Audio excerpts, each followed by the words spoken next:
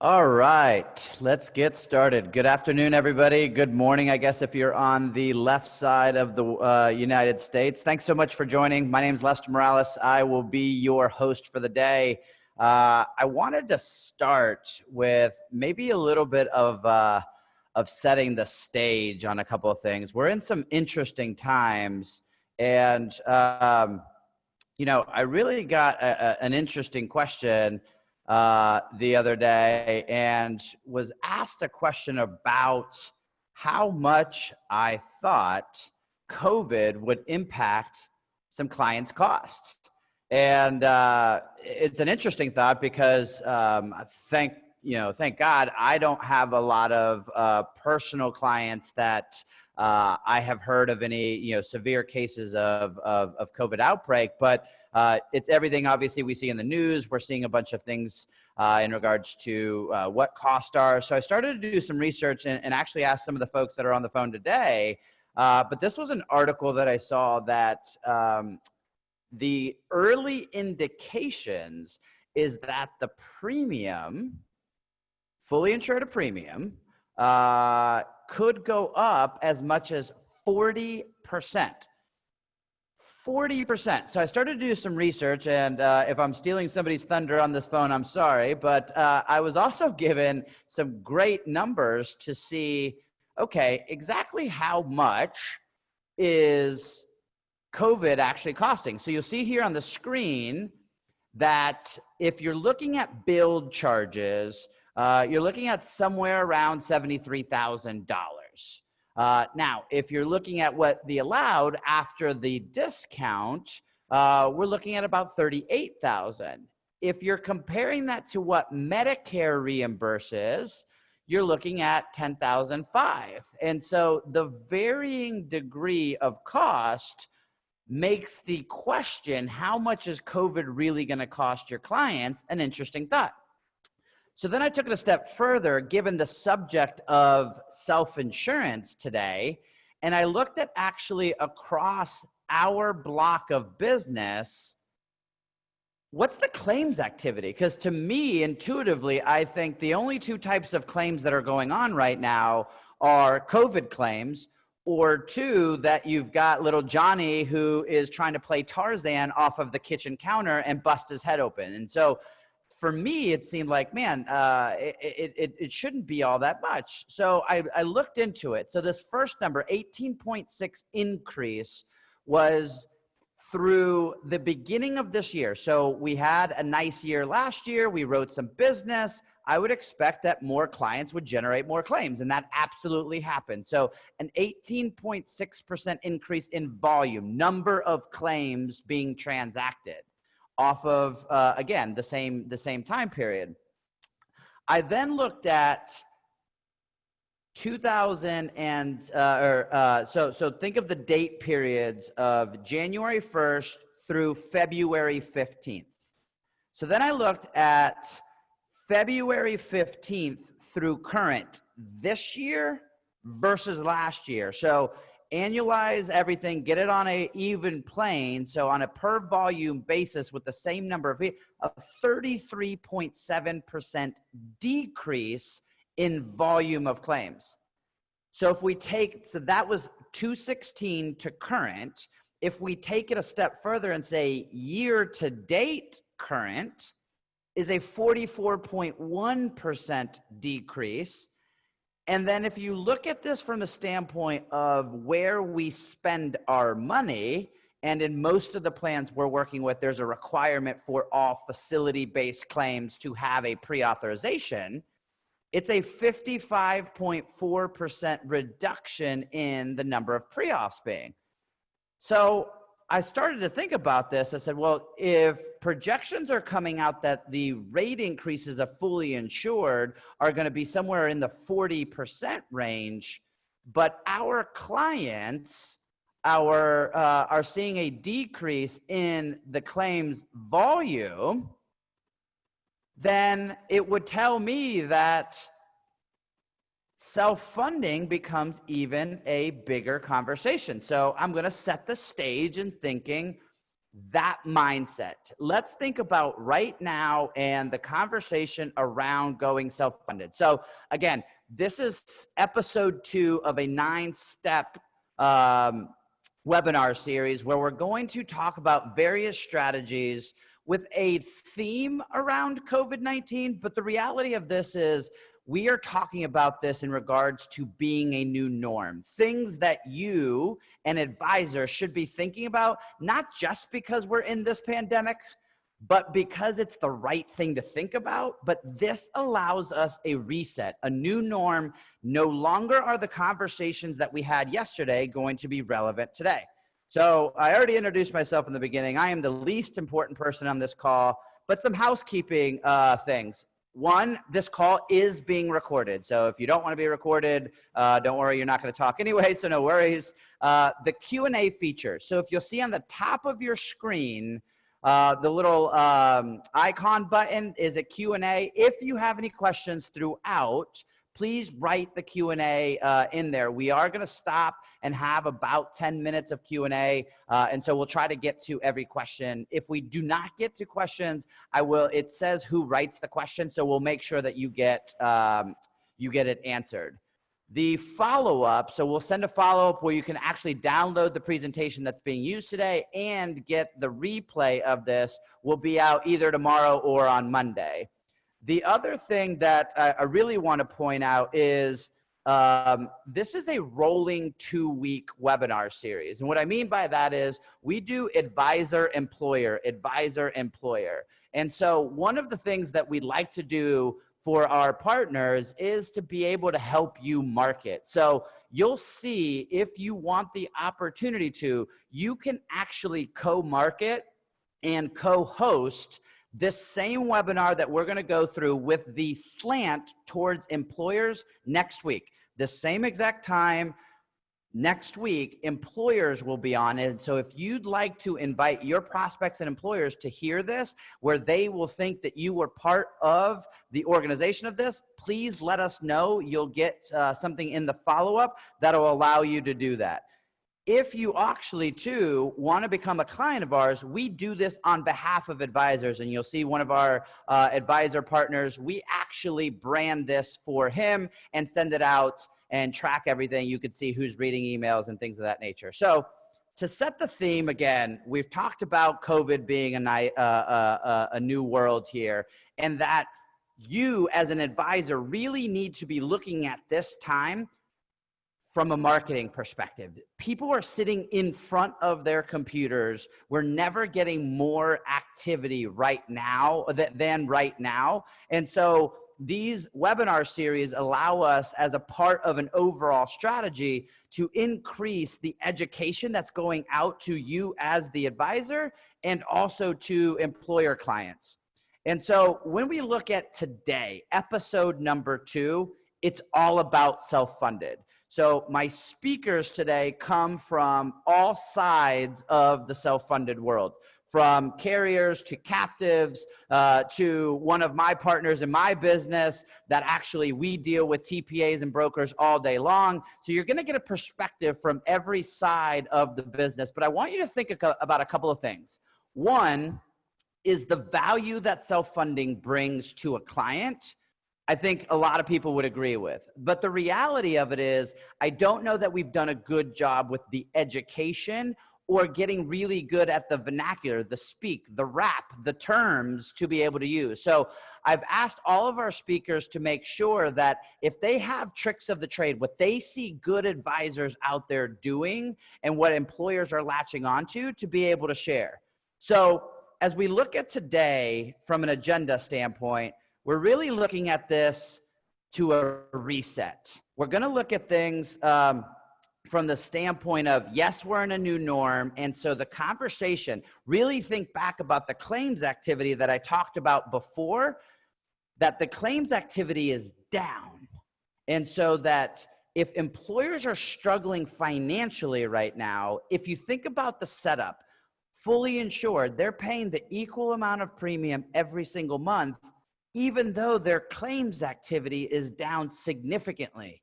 So cash flow right now is a big deal for organizations. So the conversation around why self-funding can cap their liability, but also give them an opportunity to win, one, and two, increase their cash flow position is huge. And so in today, we're going to be able to get a perspective of a lot of different folks. So this is where I open up and stop talking so much. I open this up to our speakers here. And so what I've asked the speakers to do is one, introduce themselves and leave you with two bits of things. One is if they had $1 to bet on where the self-funding industry is going to be, the impact that it's going to have in this year, what would that dollar bet look like? And then two, if there's one thing you take from their perspective, what would that be? And so I'm going to just start going in a circle. Actually, you know what? I'm going to start with Miss Madeline Smith because my mother raised me right, and go ladies first. So Madeline, your number one bet and what you think people should take from your presentation.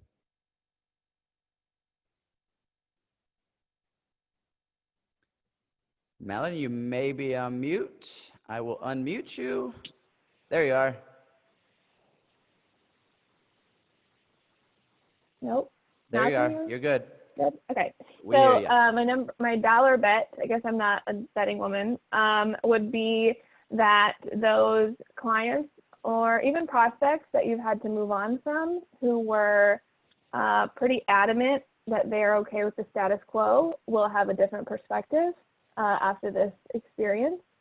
And a takeaway from, the biggest takeaway from my portion today, I think, is going to be that a captive in and of itself is not a strategy. And I'll get more to that and what that means. Great, great. Mr. Gates, Michael Gates.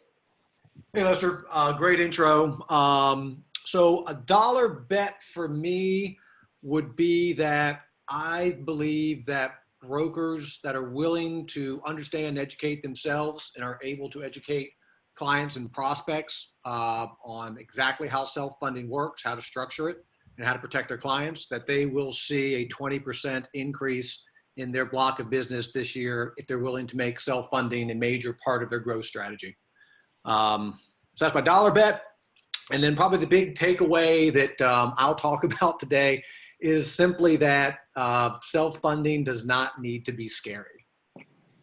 Great, great. And Mark. Yeah, Mark Routson from Aaron Insurance Underwriters. We're an MGU in Phoenix, specialize in reference-based pricing. My bet would be that we're going to be similar to what happened in 2008 coming out of this, and self-funding and reference-based pricing is going to be very attractive to your clients. And the one thing that I want to take away is that RBP works. Been doing it for 10 years, no huge surprises in what our expectations were. Gives us more flexibility. Might not be for everybody, but it's definitely a conversation worth having. Great. And last but certainly not least, Mr. Edwards. Greg. Thanks, Lester, and thanks for having me. My name is Greg Edwards. I am with Certus Management Group. I'm Executive Vice President of Business Development. And like I said, we are an MGU. We're in Indianapolis, Indiana, so we underwrite stop-loss insurance for self-funded group medical programs of all sizes.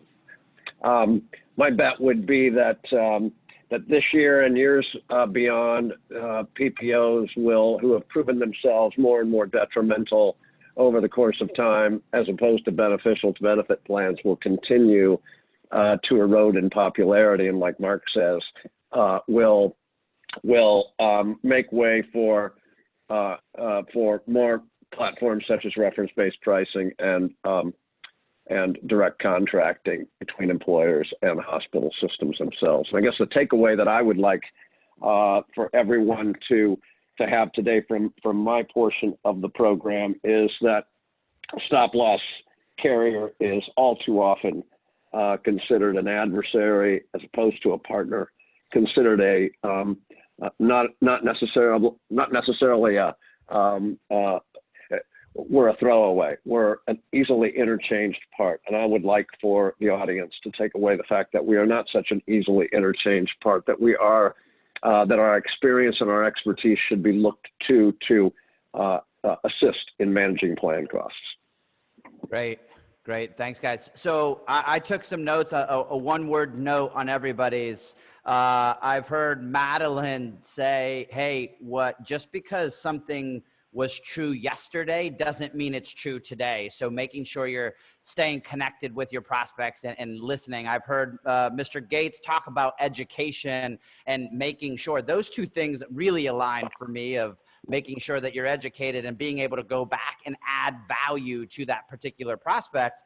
I heard both Mark and Greg talk about flexibility, and that self-insurance and self-funding really do allow for flexible things like reference-based pricing, as was mentioned, in regards to really being able to take over the future, if you will, and not wait back and make things and allow things to happen. And then I also heard Greg echo the partnership thing. And I can tell you, having access to these guys for us has been a game changer, because the creativity and flexibility of having a direct partnership with the person who's putting pen to paper, rather than my old life where my big carrier rep came to me and I had to talk to him and he had to go three levels up to finally get to somebody that could actually make a decision, has been and proven to be very, very, very beneficial.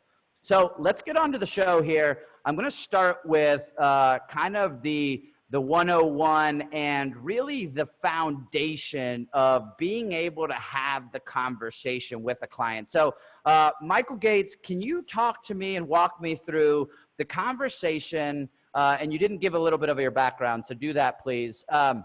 Walk me through the conversion from fully insured to self-insured, with an emphasis on the message. How do you talk to clients and prospects about this? The analysis, what does the analysis look like? And the areas of value that you think are most appropriate to point out. The floor is yours. Thanks, Lester. So yeah, my name is Michael Gates. That picture that Lester chooses to use of me makes my head look much larger than it actually is. So I apologize for that. But I have been in and around the self-funding world for probably longer than I'd like to admit. Before that, I worked for a direct stop-loss wholesaler, selling direct stop-loss policies to groups that were either wanting to be or already self-funded. So been doing this a long time. And, it's funny, Lester, you talk about what do I hear from brokers when you start having this conversation with them about being self-funded. And I would probably say more than half the time brokers' response is, my client probably isn't interested in that, which, is not surprising, because what I tend to find is that most people really don't understand the way to properly structure a self-funded account. And so their initial fears and worries is always that self-funding is scary, right? That it's too complicated, that it's so much more risk than being fully insured. And what they usually don't understand is that whether you're self-funded or whether you're fully insured, the exact same mechanisms that go on in the plan are happening regardless. And it's just a matter of what level of engagement as a consumer do you want to have to not only try to save the plan money, which I think is always important when it comes to healthcare advising, but as important as simply saving money is, it really does put the employer back in control. And I think the control aspect of being self-funded is as important as the dollars that you're going to save. It allows groups to properly market themselves because now they have the claims experience. But on top of that, it allows you to understand what's going on inside of your healthcare plan. And when you have that information, to Mark and Greg's point, there's a lot of creative things you can do to help control the expenditure of your health plan. And so, two of the things I hear quite often from brokers when we talk to them about the self-funded strategy is, well, we just got a good renewal from the fully insured carrier, so I doubt they'll be interested. Nothing makes my skin crawl more than that one. And, we'll talk about it a little bit, but I always tell people, when a carrier is giving you a flat renewal, it's because you're already overpaying. You were overpaying last year and you're about to overpay again this year. And it's the perfect time to look into a different strategy to take advantage of some of those cost savings. And then, you know, the exact other side of the mouth would be, well, it's a good thing we were fully insured this year because our claims were terrible. And that one always makes me laugh too, because they never bring up the fact that their carrier just delivered them a 42% rate increase and nobody else in the market wants to look at them because they had a bad year, and the carrier really isn't that interested in providing them with the necessary experience to figure out why. So you're just stuck with what it is. So I want to go through real quickly and just kind of show where the dollars currently go. Because like I said earlier, whether it's self-funded or fully insured, the mechanism of healthcare works the same way. So here's an example for a sample group. This is, you know, group looks just like a number of our clients. So around 100 enrolled employees with an annual spend of $1.2 million. So if this case is fully insured, the carrier, as they're receiving that premium every month, is going to allocate it to different buckets. Okay, the first bucket is going to be what's called retention. And retention is just a fancy word fully insured carriers use for administrative services, paying claims, answering the phone, doing customer service, the day-to-day, what we would call blocking and tackling. I used to include in that providing claims reporting, but most fully insured carriers don't do that anymore. So that's probably saving them some money. But the next bucket they're going to go ahead and put some money into is the pooling charge. Okay, pooling charge is really just a fancy way of a fully insured carrier is going to protect themselves from any high dollar claimant that may be in a particular group, because they don't want to have to pay all of that claimant's claims themselves. So they buy a small insurance policy that basically protects themselves from what they would call catastrophic large claims. And then the remaining money is basically what they're actually paying the claims with, right? As people go to the doctor and have surgeries done, there's a big pool of money that's left over for the fully insured carrier to pay the claims. And that's how it works. And so when we go talk to clients about being self-funded, we try to explain to them the three parts that you're going to have to purchase are no different than what you're already purchasing. You're just going to do it separately. We're still going to have to buy either what's called third-party administrator or administrative services, but you're going to have to hire a company to do the customer service, to pay claims, provide ID cards, just like you're doing now. The advantage of a self-funded arrangement is that typically you can buy those services for much cheaper than what the fully insured carriers are charging you for. The next is you're going to go out and buy a stop-loss policy. Stop-loss policy works just like the same as a pooling charge inside of a fully insured arrangement. Okay, you're buying a policy that's going to protect not only your high dollar liability, but also the utilization of the plan. And what it's going to allow you to do is basically set parameters over what your maximum cost could be under the plan, just like a fully insured quote does. And then finally, you're going to pay the claims that your members are incurring. And so when you add up all of those buckets, what you end up with is that the cost is basically going to be about the same. The only difference is in a self-funded arrangement, the client gets to keep whatever the underutilization of that claims bucket is, whereas right now they don't. So that's how you save money. And again, you know, what we do at Next Impact is we help people structure those. We help vet out. I thought Greg said it really well earlier. Who you choose as your partners when you're going down this road is really important. From third-party administrators to stop-loss carriers, they are partners that you need in order to do this properly. So that's how you save money, and that's how you gain the control of understanding what's going on inside your plan. But to Lester's point earlier, you know, one of the really interesting things that's happening right now because of COVID is you're seeing a lot of hospitals that have canceled elective surgeries. And because of that, you're seeing basically claims incurrals go way down. So this is an example of a case that we actually wrote for January 1st. And it was a $1.2 million spend. So the maroon bar there is what their fully insured monthly premiums would have been. It's $100,000 a month. And so in this example, the first 6 months of the year, they would have paid $600,000. But because they moved to us on a self-funded basis, beginning January 1st, they had to pay what's called their fixed costs. So they would have had to pay their their TPA fees and their stop loss premiums. Those would have begun January 1st. But because there's a claims lag, right, for the first 2 months, they probably didn't have to actually fund any claims that were processed through the TPA, because those typically take 2 or 3 months from the time someone goes to the doctor to the time that a TPA actually funds that claim. So they would have paid no claims incurrals for January and February.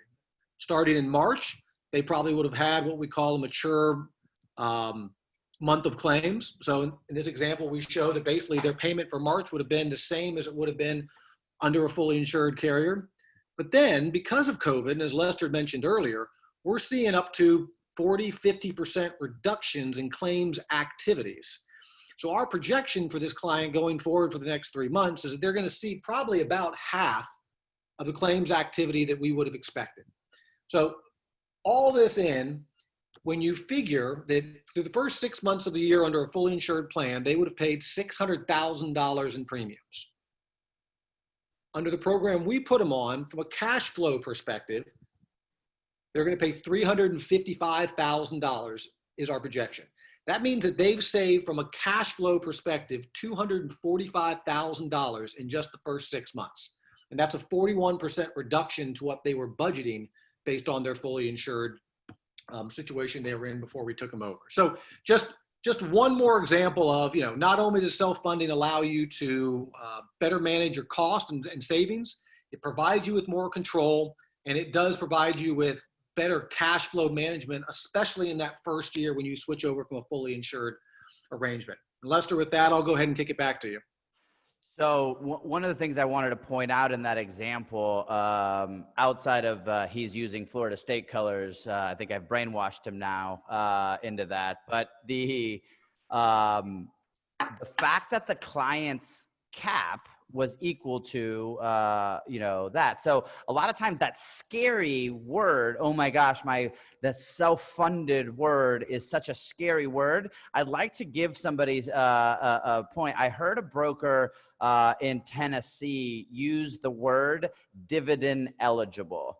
So he says, until a client's ready to buy, I really describe a level funded program very similar, and I use the vernacular as a dividend eligible plan. They don't have any upside liability, so they're not worried about that. And they've got some dividend eligibility, assuming that the claims ran that way. So I thought it was a really interesting way of using that terminology in that dividend eligibility word. So what I'm going to do now is we're going to come back and ask Michael some questions here, but I want to make sure we get through everybody. So what we're going to talk to now is from the carrier perspective. Now, I think this is an interesting conversation because from a carrier's perspective, there's no better people to talk to that are actually putting pen to paper. But in this scenario, because of the fact that this is, more from a reinsurance, a stop loss perspective, these guys truly understand how to manage risk at the highest levels from that standpoint. So, Greg, can you start us off? And I want you to point a couple of things. One, just your observation on the interest level, whether you make it short-term this year or over the last couple of years, the interest level that you've seen in self-funding. Two, how you've seen it work out. How do the financials look? And then any tricks of the trade, any things that you see that brokers do really well in selling this and getting new clients would be fantastic. Thanks, Lester. Yes. I guess in general, relative to the interest level over the past few years in self-funding, and as you can see from my picture, I've been in this business for a very long time. And my insurance experience dates back to 1983, and I've been in the stop loss insurance industry exclusively with two companies, both managing general underwriters in providing stop loss insurance to self-funded group medical programs. So I don't know. So I feel like I know the self-funding world very well, the stop loss insurance industry very well, and over the course of time. In prosperous times, the interest typically has been in self-funding has been less.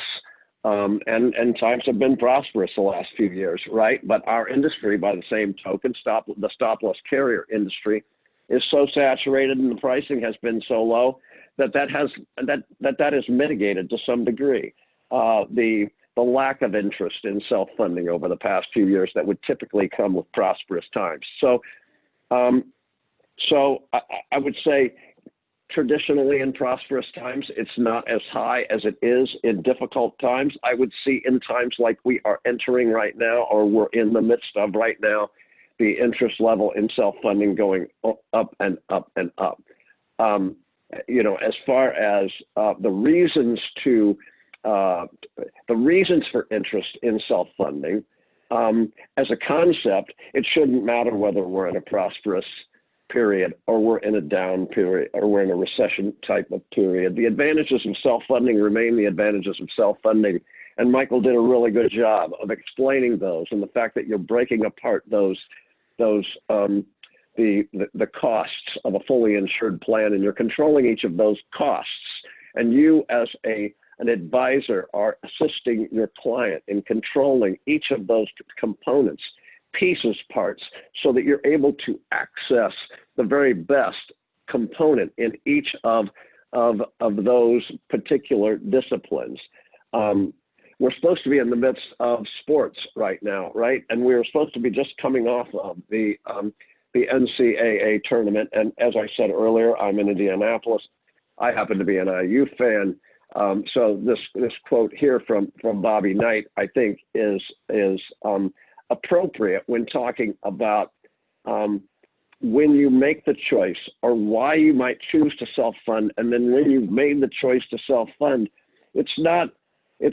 everybody has the will to win. What the key to winning is the will to prepare to win. And in order to prepare to win, you've got to be educated. You've got to research your marketplace. You've got to know those components, pieces, parts that are broken apart in a self-funded plan. You've got to know what are the best in class of each of those, and which of the companies fits into best of class, not so best of class, worst of class in each of those components. You can move the slide forward if you would, Lester.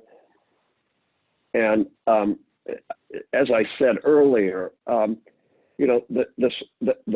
stop loss carrier, when self-funding a benefit plan, an employer or the plan itself theoretically becomes the primary insurance company, and they're purchasing reinsurance or stop loss insurance to protect their losses at predetermined points that we call specific stop loss deductible and aggregate claim liability. And so the stop loss carrier is participating in the claims, and the plan is participating in the claims. They are the two entities within the self-funded continuum that are writing checks.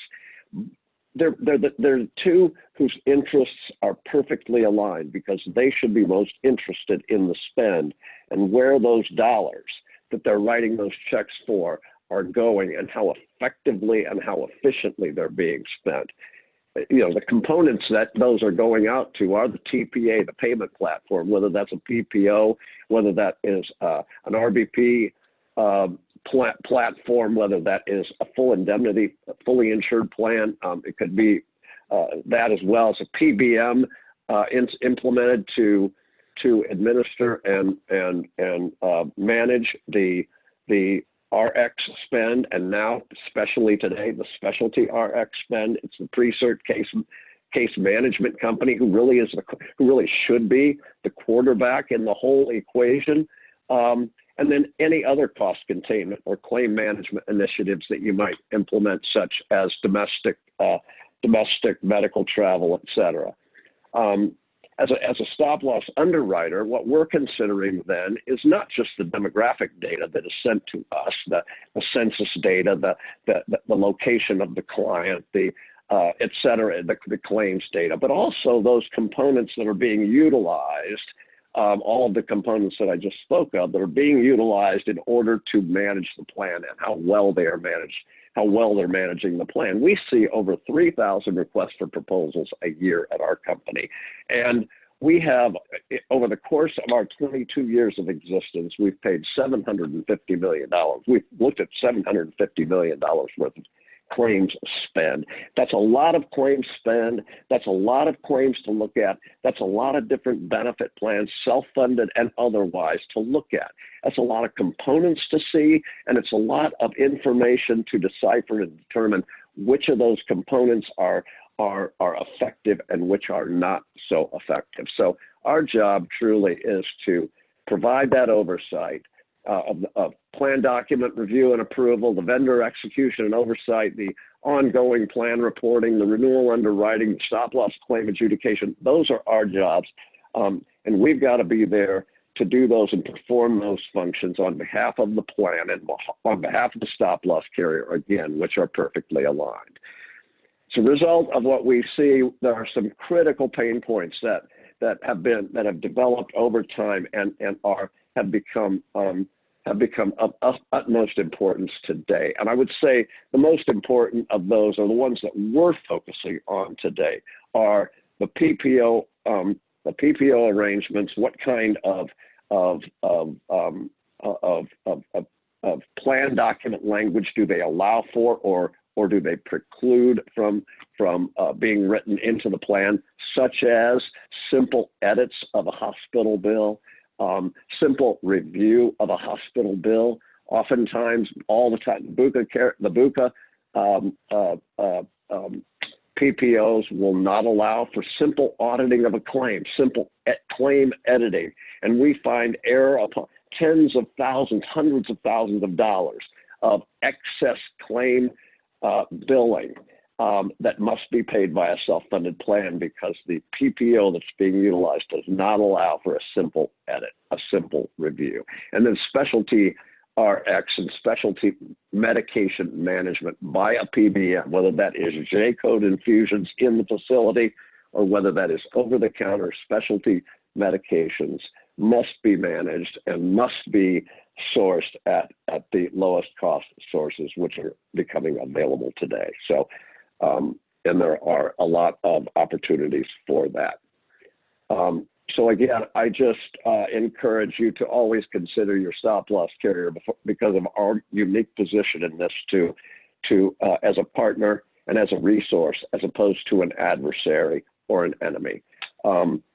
Brad Stevens, the local Indianapolis former coach of Butler University here in Indianapolis, said that the difference between a good team and a bad team could be as simple as 3 possessions, and that's very analogous to a self-funded plan and the success of the same.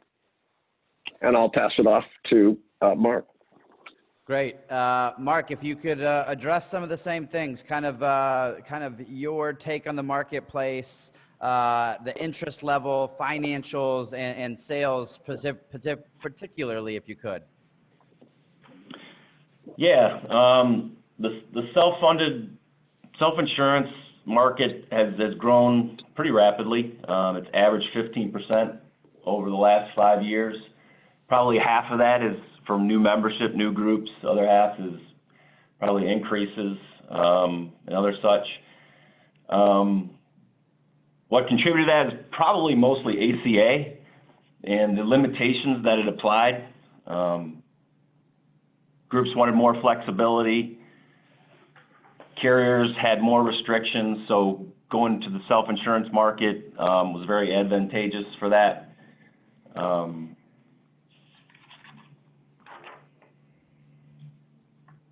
then specifically for our company, reference-based pricing became a big interest.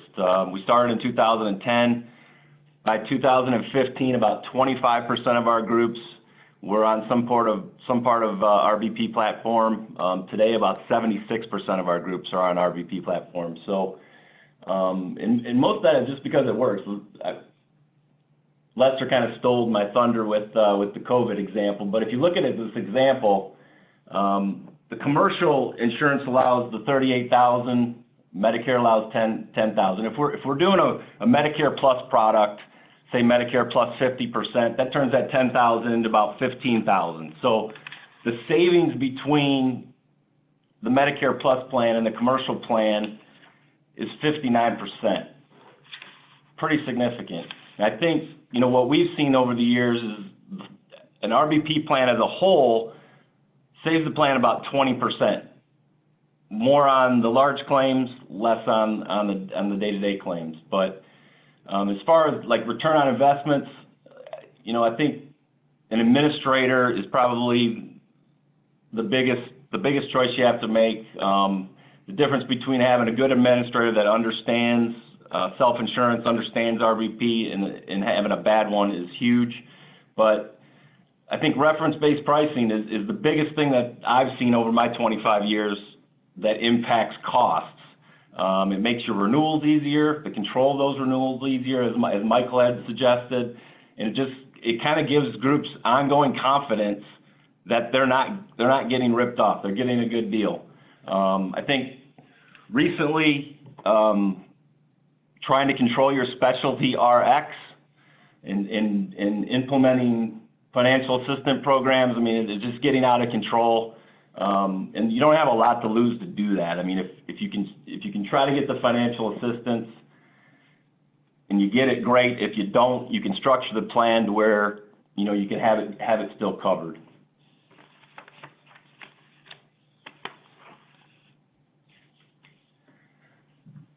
So from what I'm seeing as far as selling new business, I think the biggest thing is educating their clients, especially when you're talking about reference-based pricing. Having the expertise to introduce to your clients and really tell them the ins and outs of it, it's super important.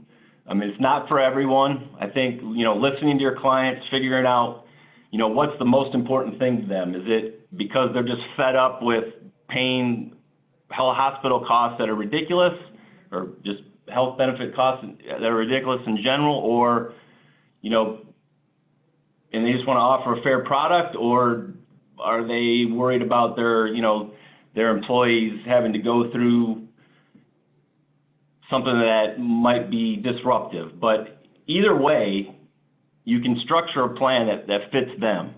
And I think that's been a lot of success for a lot of our brokers. I'm going to skip down to the modeling off of existing data. Like, we have the cost data, so we know what RBP does, and we can project that, you know, up front to clients to see what the impact is from a cost perspective.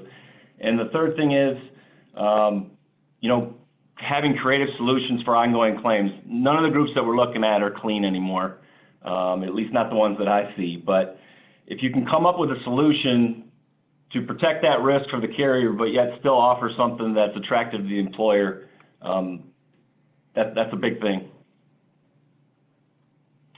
And then from our perspective, you know, I'm going to give the best deal to someone who wants a relationship with me, or at least acts like they want a relationship with me. And the more data that you can provide me, the better. Underwriters don't like the unknown.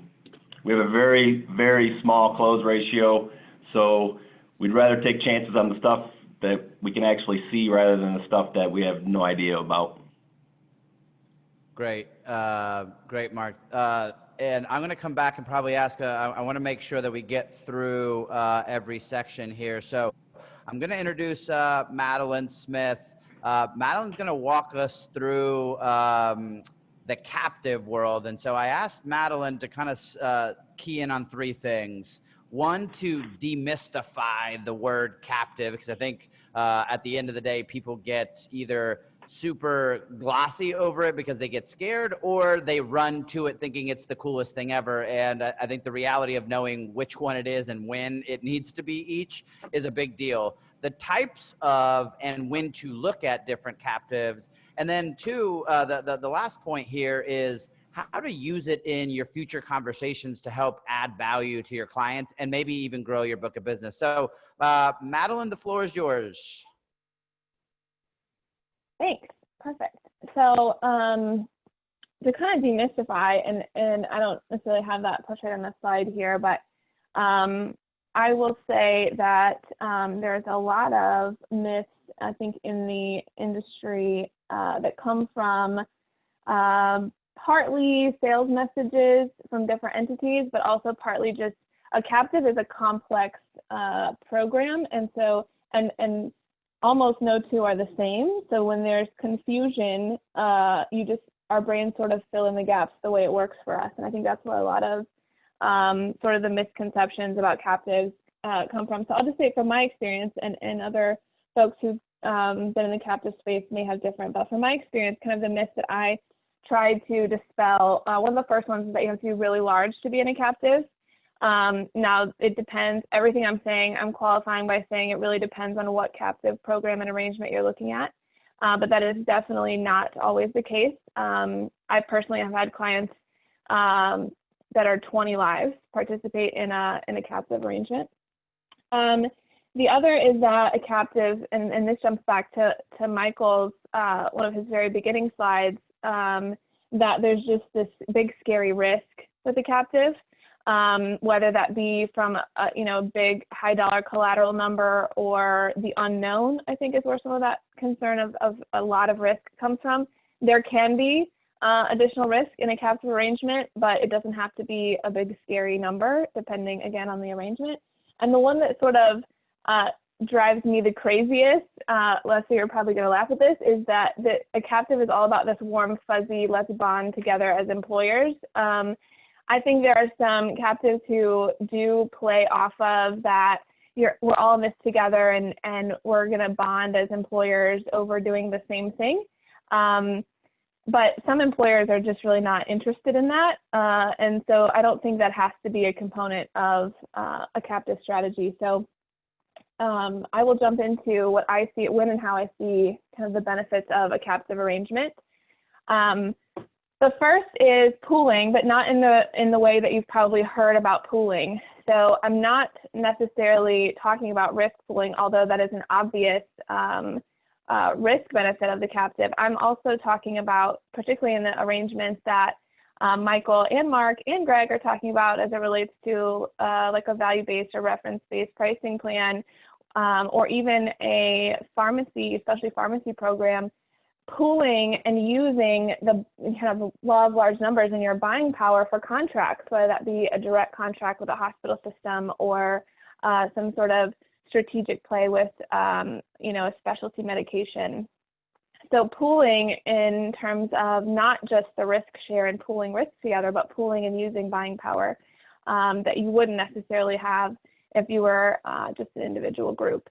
The second, Leslie, you touched on it, but from a different perspective, and I liked your point about dividend eligible. I think there's a lot of different ways that you could say that to sort of dispel fear people have of self-funding.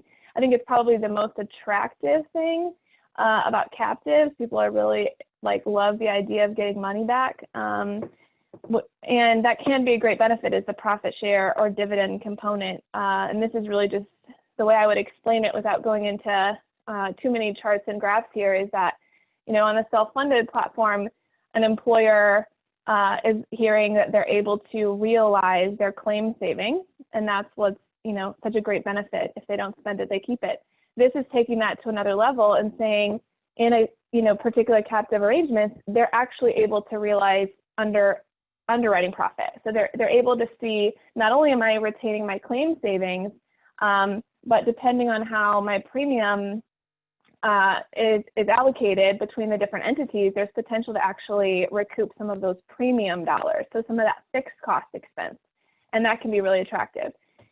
The other is risk management. So the best captive programs really are a risk management strategy, because they're taking a bunch of risk and putting it together, and the only way to make that work is for somebody to actually manage it, and manage it in the sense that you're doing something, not just watching risk come in. I joke that there's a lot of people that are risk managers, but really what they're doing is they're watching the risk come in, they're observing it, and they're reporting on it. That's very different than actually taking action and putting strategies in place to manage that risk. And in a good captive arrangement, that's what should happen. Cost containment. So what's interesting, and I'll piggyback off of Greg's point about the carrier being perfectly aligned with the client, this just adds another layer to that, in that now you have not only the carrier and the plan sponsor who have perfect alignment, but you also have the captive, that now you have another entity, another group that has the same incentive as a plan sponsor. So now it's a team effort to really all go for the same goal, which is to keep the plan spend as low as possible. And the last piece here is multi-year stability. So I look at some of the best captive arrangements as sort of a process, a journey, kind of walking a client through, and maybe those steps are smaller for some clients and bigger for some others. So I kind of would use the phrase here that the clients who need the most change can probably handle the least change. And so even though there are clients out there who were appalled at what they're spending and how just ridiculous their plan is, I think if we all looked at our client books, you'd find that those are some of the clients who can handle the least amount of change. And a captive multi-year strategy can help be the platform where you're walking that client through some of these smaller steps. So this slide probably looks very familiar to the previous slide, and that's because those same benefits can also be what I would say are kind of gotchas in the industry when it comes to captives. So those are also the same things that you want to look out for. So from a pooling perspective, you want to look out for these marketing messages about connecting with other employers where there isn't a strategy around what the groups are doing and what are the metrics that you're using to determine what groups to pool together.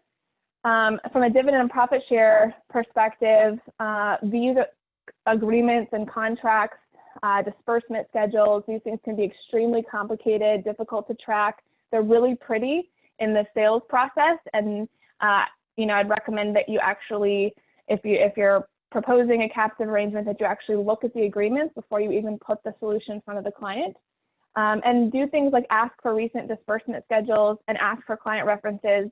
Anybody can put something on paper, find out how they really received a disbursement and what those were. On the risk management side, I see a lot of captive arrangements using completely separate vendors to manage the risk, which just, adds an extra layer of cost, and it kind of inflates the expense of the large group, and it's a less direct engagement. So kind of who's managing the risk and really asking questions about that. Cost containment, this is probably one of the biggest takeaways, is just the captive can't be the strategy to contain costs. It really isn't. That's not what a captive is designed to do. It's designed to be able to kind of transfer and manage risk and share risk in a different way when there is a successful strategy in place already. And multi-year stability is kind of manipulated to mean make sure you're looking at things like, I've had clients who were shocked. They joined a captive and signed a multi-year PBM agreement and didn't realize, or a multi-year vendor agreement that they didn't see. So captives are really trendy right now. So to the point about how can you use this, you can use it by actually proposing captives when they make sense, but you can also, I think, really establish yourself as an expert advisor when you're knowledgeable enough to know what questions to ask, knowing that a captive in its best form shouldn't be a product that you're pushing on a client. A captive should be an option when you've been discerning and you find out what the client wants and needs, and then you say, okay, how do I capture this and capitalize on it? Great. So I've got your parting shot slide teed up, but I wanted to make sure so we've got about 6 minutes, so we're a little bit over time. I did want to address two of the questions that are on there. I believe one's probably it's too soon to tell. So we've got a question that says basically, hey, we understand that there's an underutilization right now of healthcare services due to COVID, but what's the backlash of that? Is there something that we should be waiting on next year or any catastrophic claims that might come as a result of COVID? I don't know, if anybody, that's not addressed to anybody specifically. I don't know if anybody has an outstanding remark for that other than it's kind of a wait and see. Again, I think it's a direct correlation with the risk of that population to begin with. So, hey, we know what our groups look like going into this year. what was, that all about? And then I think what we will see in a swell of claims are things like colonoscopies and mammograms and some of the, surgeries and things that have been postponed because of COVID. But in regards to something that's a lot of, large claims due to COVID, I don't know that unless, again, a group has a large exposure there. And then as your parting shot, so I want you all, there's one question specifically. Everybody had mentioned something about reference-based pricing. And I guess I'm going to ask you this question. I'm going to ask you also to give your parting shots with this question as well. It doesn't have to be related at all, but just to streamline this. The question was around the fear of the hospital not necessarily playing nice in the sandbox in regard. So any stats, anything that you've seen across, because I know both of you from a carrier perspective do a lot of this business, and it's all we do as an organization. And Madeline, I know you have a lot of experience. So give me your parting shot after you answer that question in regards to observations about hospitals playing nice in the sandbox. And I ask your parting shots to be, if you were sitting in front of an advisor right now and they looked at you and said, hey, what's the one thing I should take and run with right now? What would that answer be to them? So I will start again with Mr. Gates. Michael, answer those two questions for me, please. Yeah, so, hospitals playing nice. I think, the best way I could probably answer that is that in our book of business, about 98% of our facility claims are accepted by hospitals. And we have a structure for what percentage we reimburse to Medicare. But, so that's probably the best way I could say that. Are there hospitals out there that are going to be problematic? Sure. But I would also say that's probably true whether you're in a PPO or not. There are some hospitals that are just difficult. But the overwhelming majority of the facilities we work with accept our reimbursement under the plan. So that's probably how I would answer it. And then from a parting shot standpoint, I would probably say the same thing I say when I meet with advisors and brokers and want to talk about this strategy. And that is, listen, you know your clients better than anybody. And there is no single perfect solution for everybody. But if you're not talking to your clients about self-funding, about why it's good, then I assure you somebody else is. And so it might as well be you, because you can not only grow your book with it, but you can protect what you have. Great. Greg. Sorry,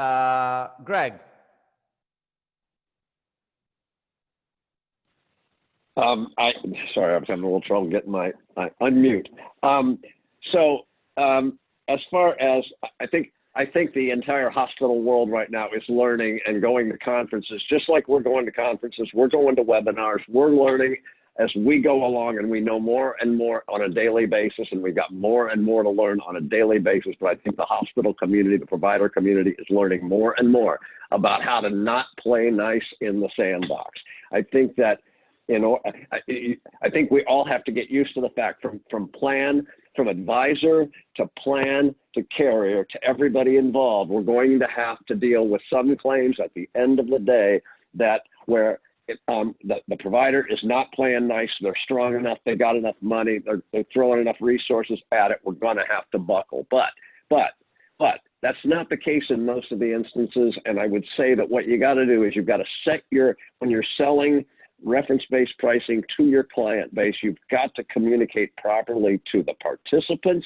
You've got to communicate properly and completely to the plan sponsor themselves, so that everybody goes into it with their eyes open and they can be supportive of the process.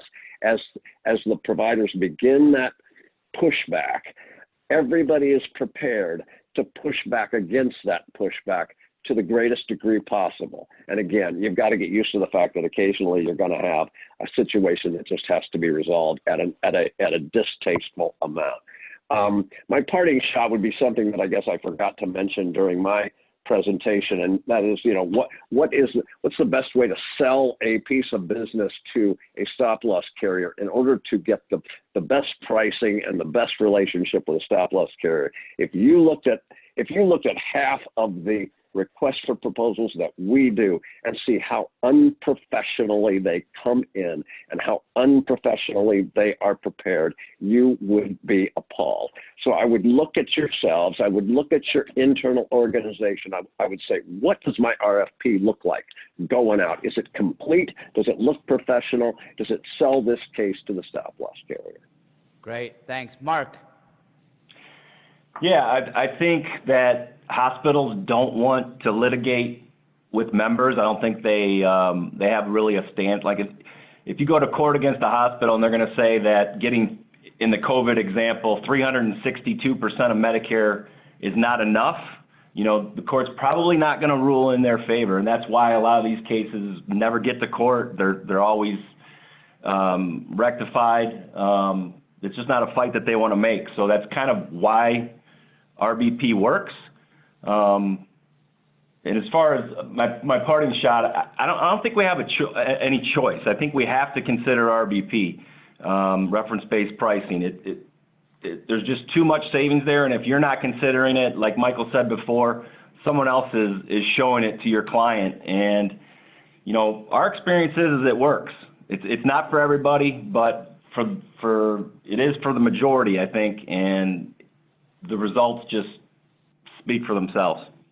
Great. And last but not least, Madeline.